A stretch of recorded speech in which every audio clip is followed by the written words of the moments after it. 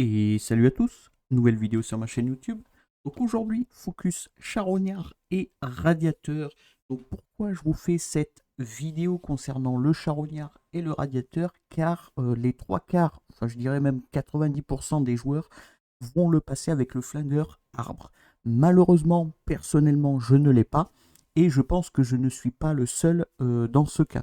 Donc de ce fait, je dois vous présenter une composition free-to-play sur le charognard et le radiateur. Et vous allez voir que c'est très accessible, mis à part qu'il vous faudra quand même du bon stuff, hein, on va pas se mentir, mais en termes de Elemon, ça va être très accessible, c'est que des 3 étoiles, donc ça c'est plutôt très cool.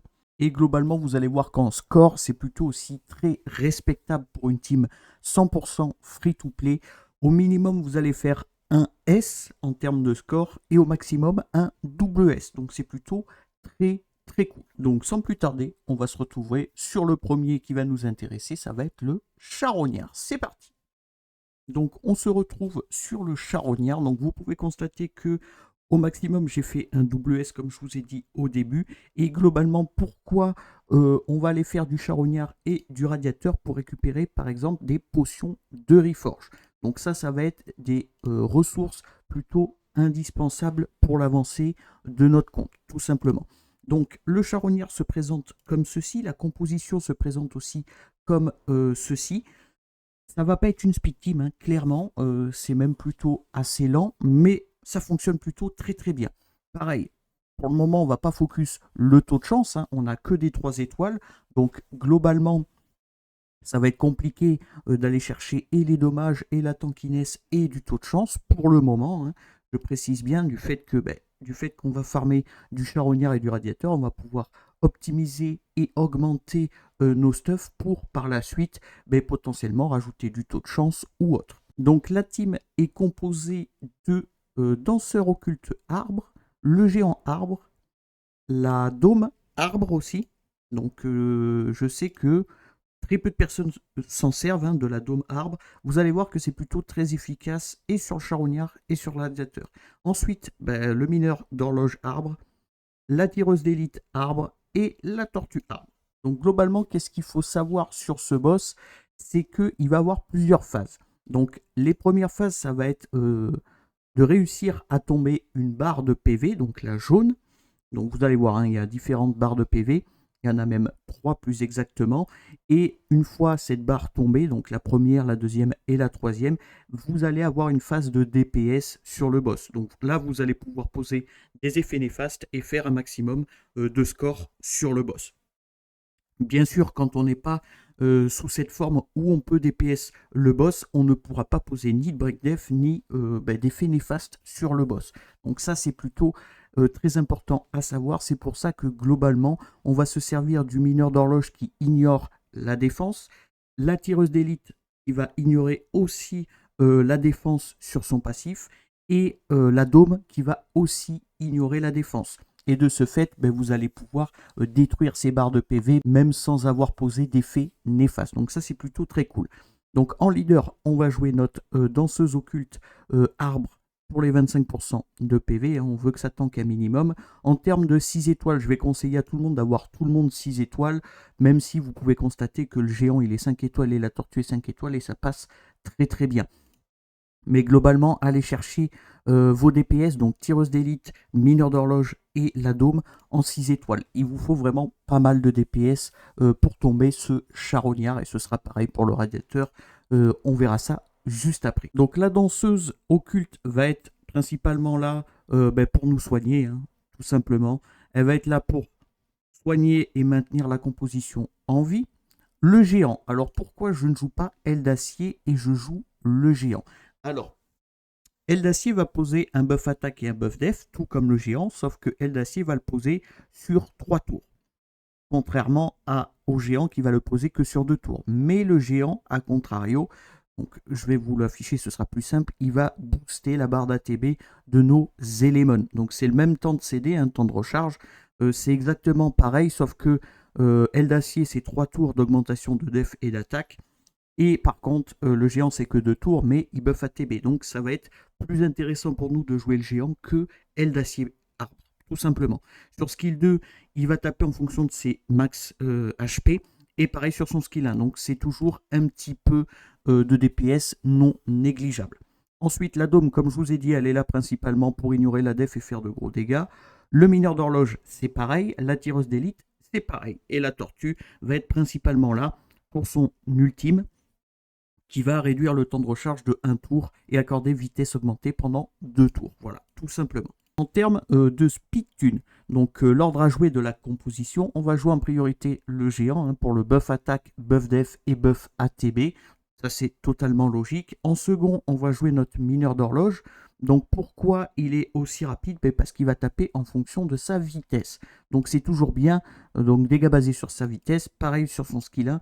Donc, ça va être plutôt pratique de faire plus de dommages en ayant plus de vitesse. Donc, premier à jouer géant. Deuxième, horloge. Troisième, ça va être notre dôme. Quatrième, notre archère d'élite. Cinquième, la fille occulte, enfin la danseuse occulte, pardon. Et en dernier, ce sera notre tortue pour récupérer le CD de nos sorts. En termes d'IA, donc d'intelligence, du mode automatique, donc la danseuse, ça va être assez classique, skill 3, skill 2 et skill 1, mais régler le skill 2 à si les PV de l'allié sont inférieurs à 40%. Ça fonctionnera très très bien. Ensuite, le géant, c'est skill 3, skill 2 et skill 1. La dôme, ça va être skill 3, skill 2 et skill 1 aussi. Le mineur, skill 3, skill 2 et skill 1. La danseuse, enfin la tireuse pardon, d'élite, ça va être faible sur son passif, moyen sur son S2 et haut sur son S1. Donc elle fera que des S1. Pourquoi?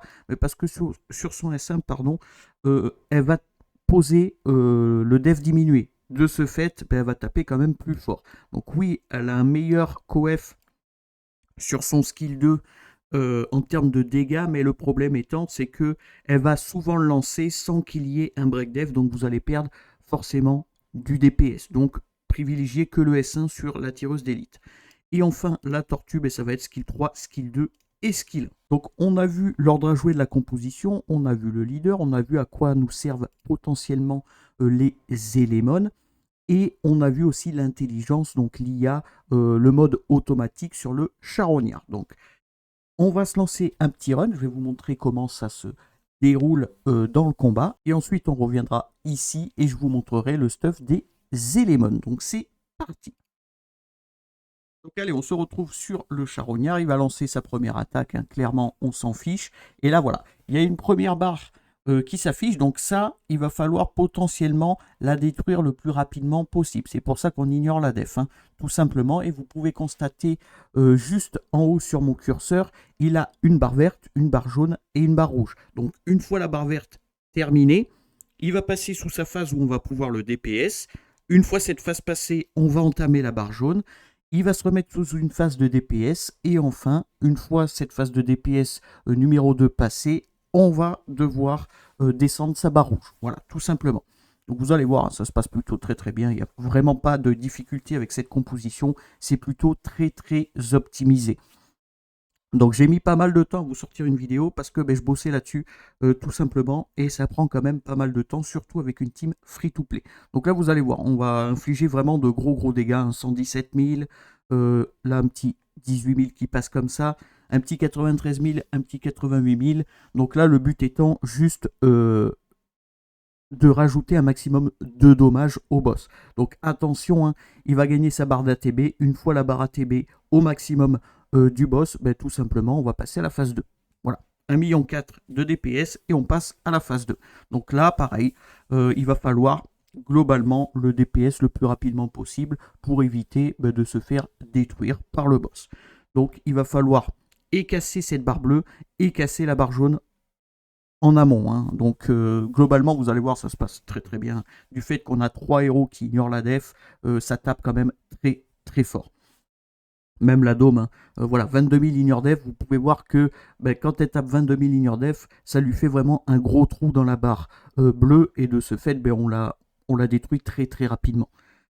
Là, on est sur la barre jaune, donc ça va plutôt aussi très très bien se passer. Voilà, 23 000. Il va nous attaquer, on s'en fiche, on tank.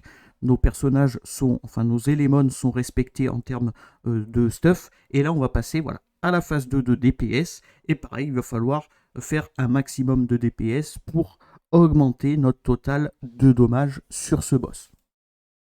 Donc là, on va arriver à 2 millions. Hein. Globalement, sur ces phases de DPS, la danseuse occulte va remettre quasiment tout le monde full life. Donc ça, c'est plutôt très très cool. Et normalement, ben, il n'y a pas de héros, enfin pas de Elémon qui devrait mourir sur ce boss. Donc on est à 2,6 millions, il va bientôt récupérer son tour, 2,8 millions. Ouais, quasiment 2,9 millions. Ok, là ça buff et on est reparti pour un tour. Donc dernière barre à descendre, c'est la barre la plus longue et la plus dure à descendre. Mais globalement, vous allez voir, ça va se passer plutôt très très bien. Donc là, la barre bleue qui repop, il va falloir la descendre le plus rapidement possible. Vous pouvez voir les ignore def du mineur, de la dôme ou de l'archère. Bah, ça fait vraiment le boulot sur cette barre bleue.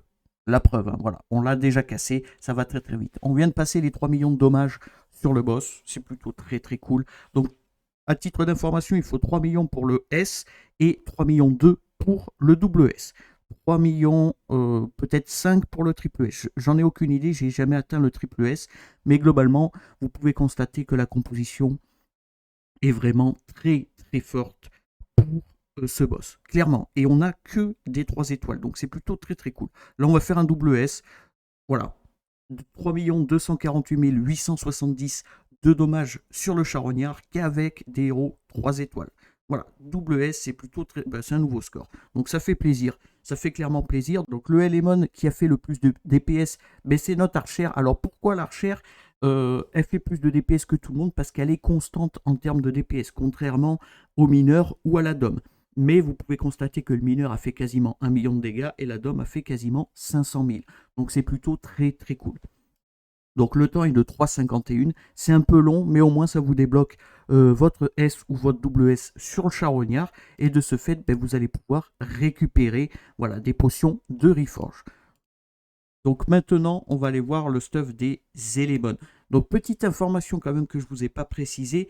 Là par contre, le fait de placer correctement ces unités, ça reste quand même très important. Donc privilégiez vos tanks sur la première ligne, donc la ligne du haut, et vos DPS sur la ligne du bas. Mettez la tortue en bas, du fait que moi, elle a très très peu de PV.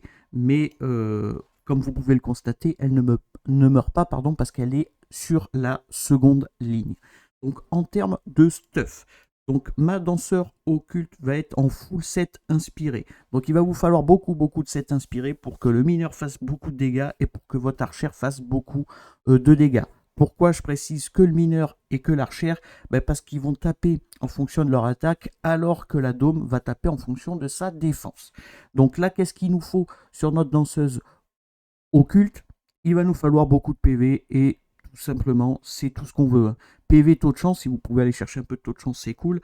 Mais globalement, il faut juste qu'elle tank. Donc avec le lead HP, elle monte à plus 19 470 de PV pour quelque chose comme 800 de défense. Donc ça suffit amplement pour tanker ce charognard.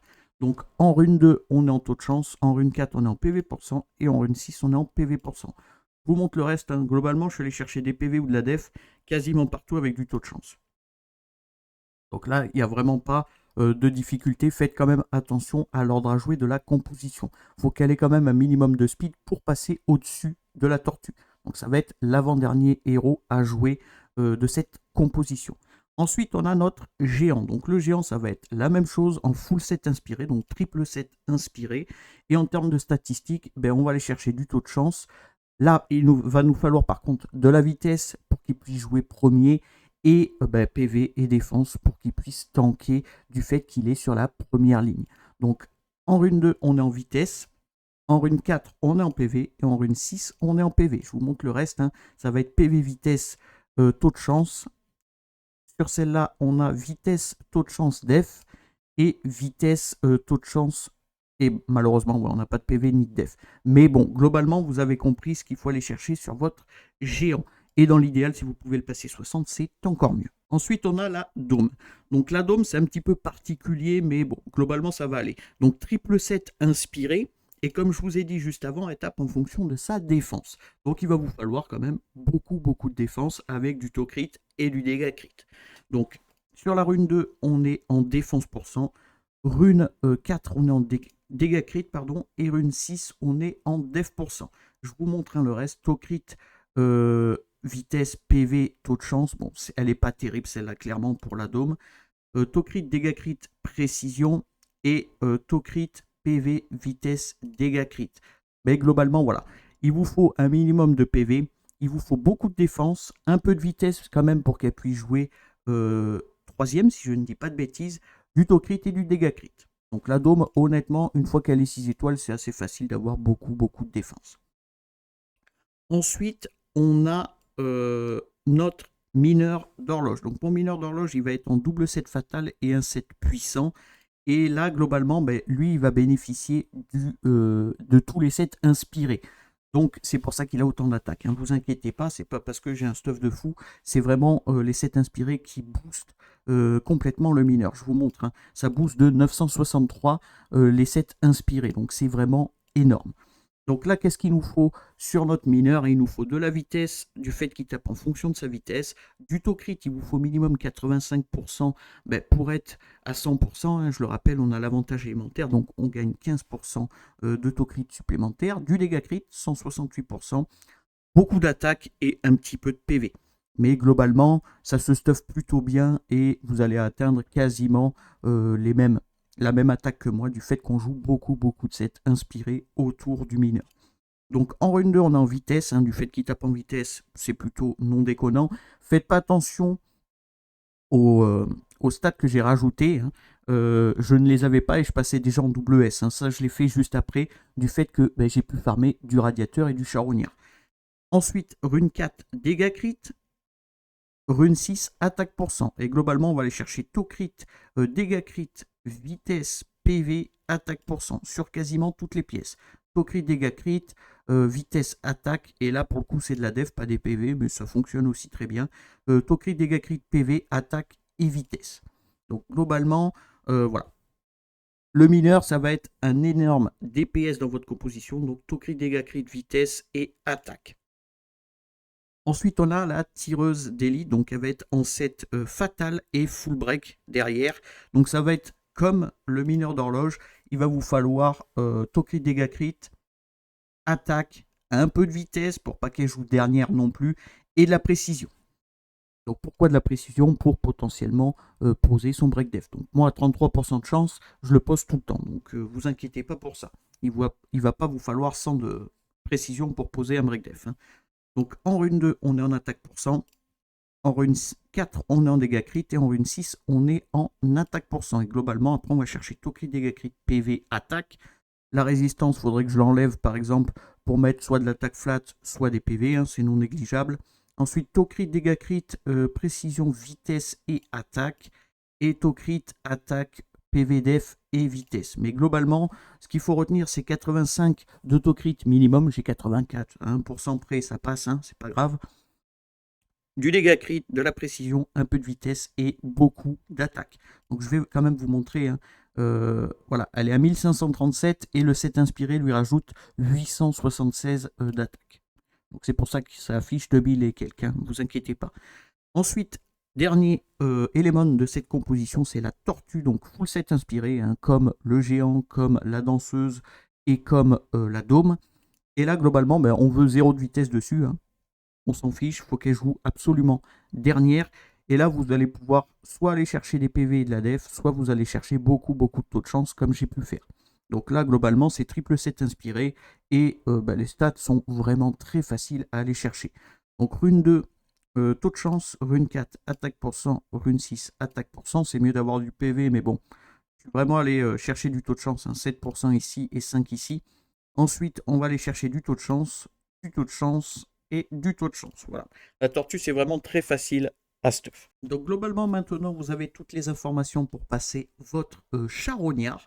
Donc en S ou en WS. Je le précise encore une fois, c'est pas tout le temps que ça fait WS, mais par contre, c'est tout le temps que ça fait au minimum S. Donc c'est plutôt très cool pour une composition qu'avec des 3 étoiles naturelles.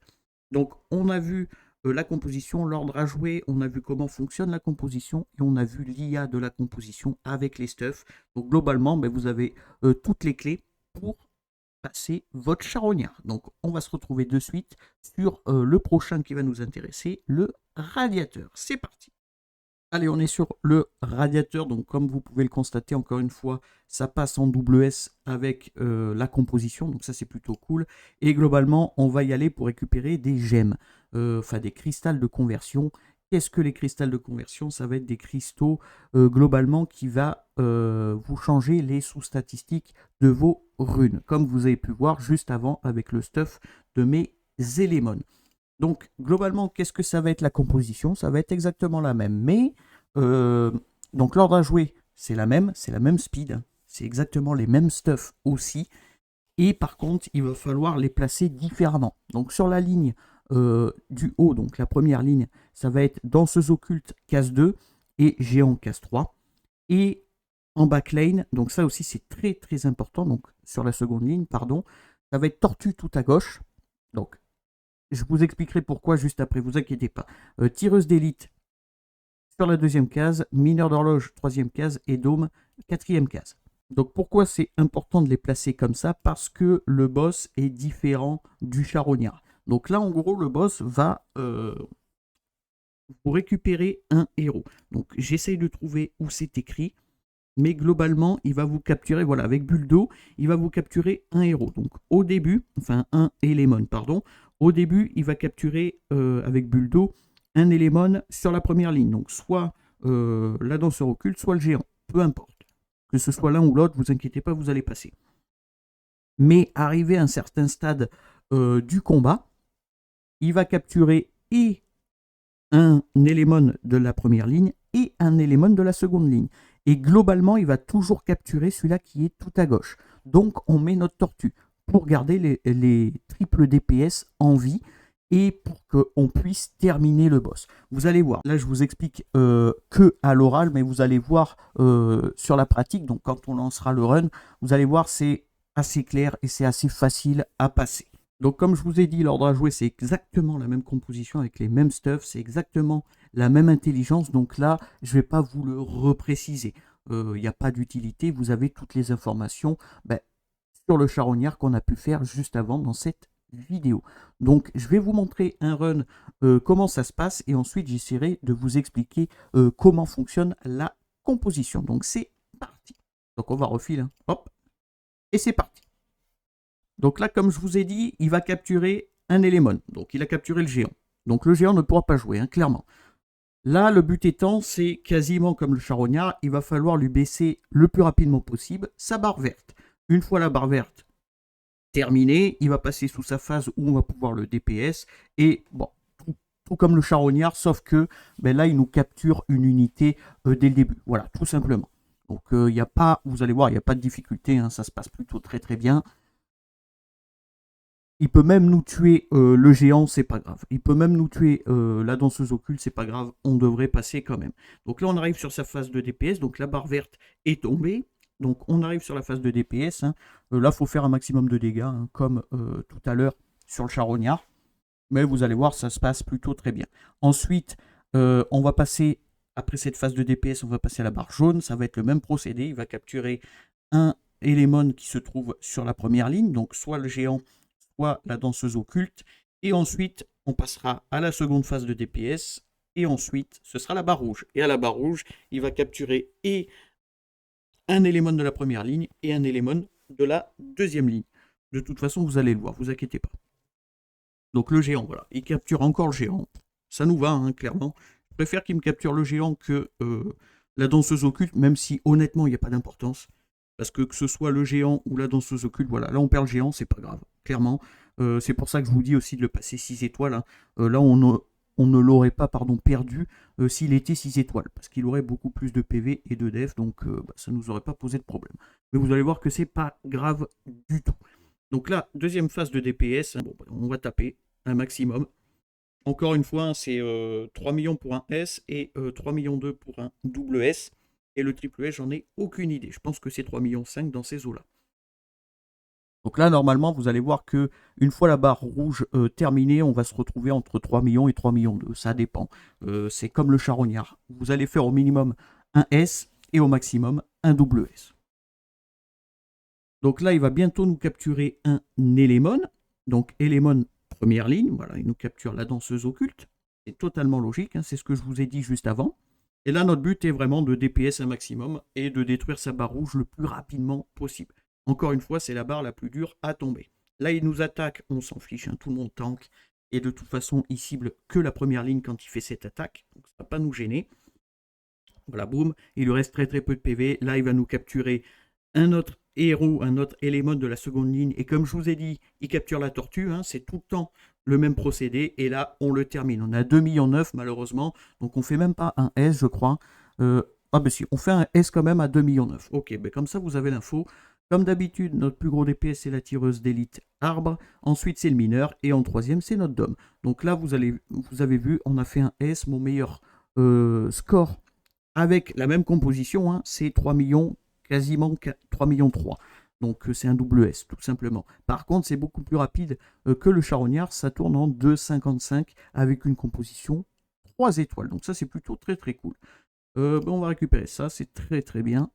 De la vitesse pour du fatal. Et globalement, vous avez toute la clé, encore une fois, enfin toutes les clés, pardon, encore une fois, pour passer votre radiateur haut. Donc, même composition, même ordre à jouer, même stuff. Hein, vous pouvez constater, j'ai rien touché de mes stuff. Comme ça, vous avez la preuve. Même ordre à jouer, même composition, même stuff, même intelligence. A contrario, c'est juste le placement qu'il faut modifier. C'est tout. Donc, je vais quand même vous montrer pourquoi j'ai pris pas mal de temps à trouver ces compositions, parce que si vous allez dans les 3 petits points à droite du radiateur, vous avez toutes les compositions qu'on vous propose. Hein, donc vous pouvez aller dans récemment, dans score ou dans coup. Et globalement, ils ont tous le flingueur. Voilà. Sauf que le problème étant, c'est que moi je ne l'ai pas et peut-être que certains joueurs ne l'ont pas.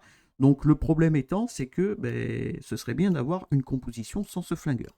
Et maintenant, vous l'avez. Vous pouvez regarder. Hein, le flingueur, il est partout. Il n'y a pas une team sans le flingueur. Pareil, dans la jungle des déchets sur le charognard, hein, il n'y a pas une team sans le flingueur.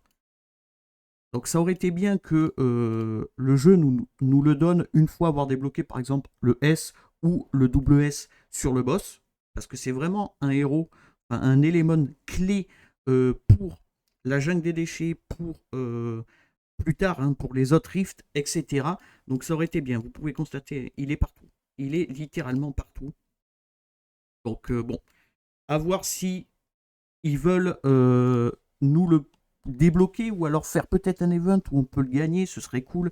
Ce serait vraiment cool qu'on puisse l'obtenir gratuitement ou alors qu'ils puissent le mettre en fusion ou autre. Ce serait vraiment hyper pratique pour ce genre de contenu. Donc voilà pour cette vidéo concernant le charognard et le radiateur. Donc composition 100% free-to-play qu'avec des 3 étoiles, ça c'est plutôt très cool. On fait du WS, on fait du S au minimum. Donc c'est vraiment très sympathique de pouvoir faire ça avec cette composition. Donc comme d'habitude, si la vidéo vous a plu, n'hésitez pas à la commenter et à la liker. Si vous avez des suppositions, d'autres compositions qui peuvent fonctionner en free-to-play sur le charognard ou le radiateur, n'hésitez pas à me le faire savoir dans les commentaires. Moi, ça m'intéresse toujours. Et globalement, c'est toujours bien de partager avec la communauté.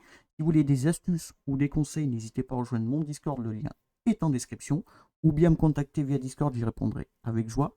Pensez à vous abonner, c'est très important, à liker, à partager et à commenter. Et sur ce, je vous remercie et à plus!